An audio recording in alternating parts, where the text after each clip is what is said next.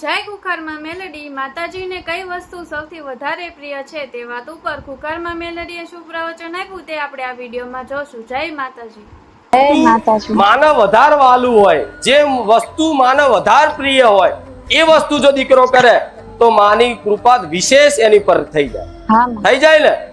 તો મને વાલું નામ હોય તો એક રામ નામ, એક તમારા જીવનમાં તમારાથી લેવા એટલું બસ રામ નામનું રટણ કરો, રામ નામનું લેખન કરો, કે રામ નામનું ભજન કરો, કે રામ નામની માળા કરો. પણ ગમે તે રૂપે જો કદાચ મારી કૃપા વિશેષ અનુભવ કરવી હોય તમારા જીવનમાં તો રામ નામ જેટલા જપ વધાર કરશો એટલી હું રોમવારી મેલડી વધાર તમારી પર પ્રસન્ન રહી. બીજું વસ્તુ મને વાલું હોય તો પશુ પક્ષીની સેવા. જે જીવ છે, અબોલા જીવ છે, પશુ પક્ષી છે, એ મને બહુ પ્રિય છે, બહુ વાલા છે. અને એ પશુ પક્ષીની સેવા જો કદાચ મારો કોઈ ભક્ત ભલે આની જોડે કદાચ મુઠ્ઠી ચોખા હોય, મુઠ્ઠી જુવાર હોય, એ તે કદાચ જુવારે તે કબૂતરા નાખશે ને તો એ મારો પ્રિય ને વાલો ભક્ત બની જશે. આવું માતા બોલી. બસ આ ખાલી બે વસ્તુ જ, એમ તો ઘણું બધું છે પણ આ બે વસ્તુ જો કદાચ મારી વિશેષ કૃપા જીવનમાં અનુભવ કરવી હોય તો આ બે વસ્તુ જીવનમાં કદાચ અમલ કરી લેજો. હું રોમવારી મેલડી, હું ખુખાર મેલડી 24 કલાક તમારી જોડે ના અહેસાસ કરાવું મારું નામ રોમવારી મેલડી. હવે આનાથી વિશેષ મારે કોઈ વસ્તુ તમારી ભેટ જોતી નથી. આ ભાવથી લાવો છો તો બધું સ્વીકારશે. શ્રીફળ, ચુંદડી, અગરબત્તી, પેડા, ફૂલનો હાર, સુખડી, જે લાવો એ બધું જ. પણ મને જે વાલું છે વધાર, જે મને પ્રિય છે એ મેં તમને કીધું. મને પશુ પક્ષી પર દયા જેટલી મનુષ્ય પર આવે છે ને એટલી જ મને પશુ પક્ષી પર આવે. જેમ કે હું જગત જનની માં કહેવાય, આદ્ય શક્તિ કહેવાય. આખું જગતના જેટલા બી જીવ છે એ મારા માટે તો મારા દીકરા જ છે. તે કીડી અમથી કદાચ કોઈના ઘેર થી કદાચ એક કણ લઈને જતી હશે ને તો એનો હિસાબ મારા રોમ જોડથી કરાવડાય. એક ગાય તે કદાચ ગાય તમારા ઘરના આંગણે આવી અને એક રોટલી જો ખાઈને જશે ને તો એનો જબરો હિસાબ મારા રોમ જોડે કરાવડાય છે. આટલો વિશ્વાસ રાખજો. જેમ જાગતી જ્યોત જગતમાં કદાચ કળિયુગમાં જાગતી ન દેખાતી કોઈ માતા હોય તો કેસે ગાય માતા. શું ગાય માતા? સાક્ષાત પ્રગટમાં દેખાવનારી જો કોઈ માતા હોય, જેમ કે મેરડી માં દેખાતા નથી, બહુચર માં દેખાતા નથી, કોઈ દેવી શક્તિ દેખાતી નથી, એ સૂક્ષ્મ રીતે છે, બરોબર. પણ આવા કાળા કળિયુગમાં એક જાગતી જ્યોત દેખાતી, પ્રગટમાં દેખાતી કોઈ શક્તિ હોય, દેવી શક્તિ હોય તો એને શું કહેવાય છે? ગાય માતા. ગાય માતા. જે તમારા ઘરના આંગણે રોજ એક વખત એ માતા ઓટો મારીને જાય છે ને? જાય છે. સાચી વાત છે. કોઈ ઘર એવું બાકી નથી ઘરના આંગણે કે એના ઘરની સોસાયટીમાં, એના ફરિયામાં આ માતા તમારા રૂબરૂ દેખાતી ના હોય. પણ જો એ ઘેર કદાચ એ ગાય માતાના માતા તરીકે, ભલે દેખાવમાં તો એક જાનવર છે, દુનિયાના જાનવરની દ્રષ્ટિથી જોવે છે, પણ એની અંતર એના દરેક જોડે છે. શાસ્ત્રો આવું કે છે, પુરાણો આવું કે છે કે ગાયની અંદર 33 કોટી દેવી દેવતાઓનો વાસ હોય છે. જાણો છો ને કે ગાય માતાની અંદર 33 કોટી દેવી દેવતાઓનો વાસ હોય છે. તો કદાચ 33 કોટી દેવી દેવતાઓમાં હું માતા આવી જાઉં કે નહીં? તમારી ચામુંડા આવી જાય કે નહીં? તમારી મહાકાળી આવી જાય કે નહીં? તમારી શક્તિ માતા આવી જાય કે નહીં? તમારી ખોડિયાર માતા, તમારી ઉમિયા માતા, તમારી હિંગળાજ માતા, તમારી આશાપુરા માતા, તમારી હરસિદ્ધિ માતા, તમારી બધી માતાઓ આ 33 કોટી દેવી દેવતાઓમાં સમાવેશ થાય છે.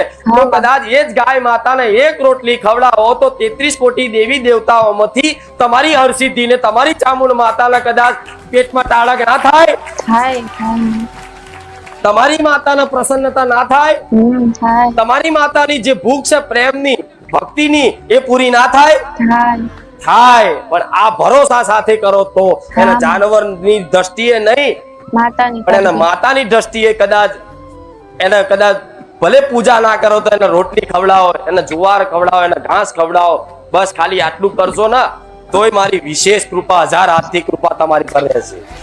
જય માતાજી. હવે આ તમને નવાઈ, આ બધી વાતો સાંભળીને તમને એવું લાગતું હશે કે બધી જગ્યાએ અમે ફર્યા, તમે 500 ગોવા ફર્યા હશો, હું જાણું છું, પણ કોઈ જગ્યાએ આવી વાત નહીં કરી. બધી જગ્યાએ એવું કીધું કે આ નડ્યું, પેલું નડ્યું, આ વારવાનું, પેલું વારવાનું, મૂળો બાંધજો, આ કરજો, ફલાણી માતાનો દીવો કરજો, આ બધું કીધું.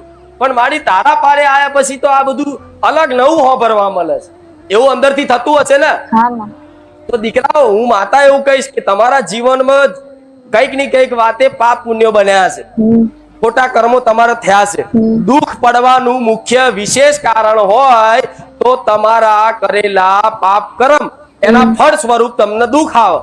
જો તમે કદાચ પુણ્યદાન કર્યું હોય, સેવા કરી હોય, બરોબર, તો એના ફળ સ્વરૂપ સુખ આવે. તો કદાચ પાપ ને પુણ્ય થી આ જીવન ચાલતું હોય, ઘડીક સુખ ઘડીક દુઃખ બધાનું. પણ આ બધું પુણ્યદાન કરાવી, ગાય માતાને રોટલી ખવડાવી, અને કોઈ ચકલાને ચણ નખાવડાવી, અને રોમનું નામ જપાવડાવી, અને તમારા કેટલા જન્મો જન્મના પાપ ધોવું છું ને તો હું મેળડી જોવાનું. પછી તો મારે બોલવાની જરૂર ના પડે. આશીર્વાદ કે કૃપા કે તથાસ્તુ આપે રૂપે ગોળા તમારું જીવન પરિવર્તન થઈ જાય. તમારી જીવનમાં એવી અલૌકિકતા, આનંદ અને એવી અનુભૂતિ અને એવું સુખ દેખાય ને કે તમારા ઘેર આવી કોઈક સુખની અનુભૂતિ કરે, એનો માતા કહેવાય. પણ દરેક ને કહીશ, આ ધીરજ રાખજો. તમારી જોડે કશું સેવા કરવા માટે કશું જ ના હોય તો કઈ નહીં, તમારા ઘેર આજ અનાજ તો બને છે, એક મુઠ્ઠી અનાજ કદાચ ચકલા ચણા નાખી જતો, આજ અમથાય કદાચ પડીક્યોમાં ને પાન મસાલા બીડીઓમાં ને તમાકુ પાછળ તમે રોજના કદાચ વધારે નહીં 100 રૂપિયા તો એક માણસ ખર્ચતો જ હશે. તો 100 રૂપિયામાંથી કદાચ 20 રૂપિયા તે કદાચ ચોક હારી કોઈ પશુ પક્ષીની સેવામાં રોજ કરતો થઈ ગયો. રોજ ટાઈમ ના મળે તો દર મહિને એક વખત કદાચ 500 રૂપિયાનું કે પગાર આવે તારે એમાંથી 1000 રૂપિયાનું કદાચ પુણ્યદાન કરી, અને એની એ પુણ્યદાન કરીને કોઈ આશા સુખની ના રાખે, પુણ્યની ના રાખે, બસ ભગવાન ભરોસે કરી દે ને, માતાજીના ભરોસે કરી દે ને, તો એનો ગોળાઓ જબરો હિસાબ કરું, એનો જબરો હિસાબ કરું. એ તો હજુ અનુભૂતિ નહીં. 500 વાપરું 5000 આલું એ મેળવીશું. પણ કોના માટે 500 વાપરવાનું? જેનું હૃદય ખચકાય નહીં, જેનું મન પાછું ના પડે સેવા કરવામાં, પશુ પક્ષીને ખવડાવવા, જેનો કદાચ ખવડાયા પછી મોટાપો ના લે, વાવા ના લે, લોકોની પ્રશંસા ના લે, અને ખવડાયા પછી કદાચ એ વાતે ભૂલી જાય ધીરે ધીરે, તો એનો 500 રૂપિયાનું કદાચ પુણ્યદાન હારી જગ્યાએ સેવા વાપરે, અને એના 5000 50,000 કરીને નાલું તો પડાવું રોમ વાળી મેલડી નહીં. એમને એમ બોલતી નહીં, કરવાનું સામર્થ્ય છે, બોલું એ બનાવવાનું સામર્થ્ય ધરાવું છું માતા. તારે આટલું રાડો પાડી પાડીને જોરથી બોલું, એટલે વિશ્વાસથી દરેક ભાવિક ભક્તોને કહીશ કે મારા ધામમાં આવો તો હું જે માંગુ એ તો તમે મને આપો કે નહીં?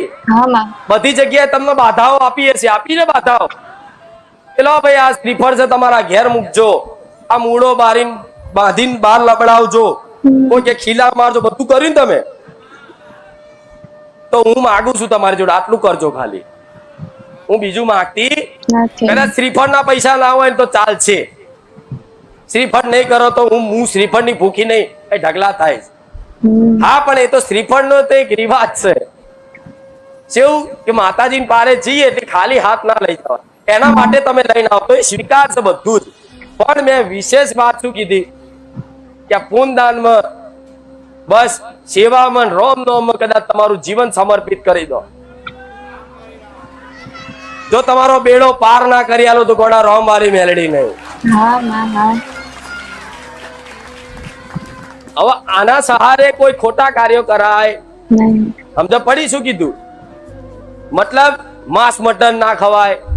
જો એક બાજુ પશુ પક્ષી તકલા ચણ નાખો અને આમ જઈને માંસ મટન હોટલમાં ધીરે ખાઈ આવો કે કોઈ નહીં જોતું, લાઈન કોણ ખબર ના, મારી તો મોટી ઓખો એવું મગજમાંથી વેમ કાઢી નાખજો કે મને કોઈ જોતું નથી. હજારો નહીં લાખો લોકો હોય ને તો લાખો નજર મારી હોય, એક એક વ્યક્તિ પર એક એક નજર, એક એક વ્યક્તિ પર એક એક મારો કેમેરો. હાસુ ખોટું? હું તો અલૌકિક દેવી શક્તિ છું ગોડા. મારા અહીં પેણ ના હોય, હું તો બધી જગ્યાએ સર્વત્ર છું, સર્વવ્યાપી છું. મારો તો કણ કણમાં વાસ છે. જ્યાં કોઈ નથી ત્યાં હું મેલડી છું. એટલે ક્યારે માંસ મટન નહીં ખાવું, દારૂના વ્યસન છોડી દીધા હોય તો હવે પછી પકડવા, હવે પછી પીવા, હવે પછી એવા કોઈ મિત્રો હોય, કોઈ એવું તમારું ગ્રુપ હોય કે આ જગ્યાએથી બધા પીતા હોય તો એવો સંઘ છોડી દેવો, નહીં તો સંઘ એવો રંગ ચડી જાય પાછો. સાચું ખોટું? અમુક ને કહેતા કે મારી અમે તો બંધ કરી દીધું હતું, પાછું 6 મહિનામાં તો ચાલુ થઈ ગયું. તો 6 મહિનામાં તે બીજા એવા દારૂડિયા જોડે બેઠો તો દારૂ પીવડાવ શું કરે? એ ભક્તો જોડે બેઠા હોય તો રોમ રોમ ભજન કીર્તન શીખવાડે. સાચું ખોટું? એ ચિંતા ના કરશો, આપે રૂપે તમારા બધા એ સંઘ છોડાવી દીધા મેં. જય માતાજી.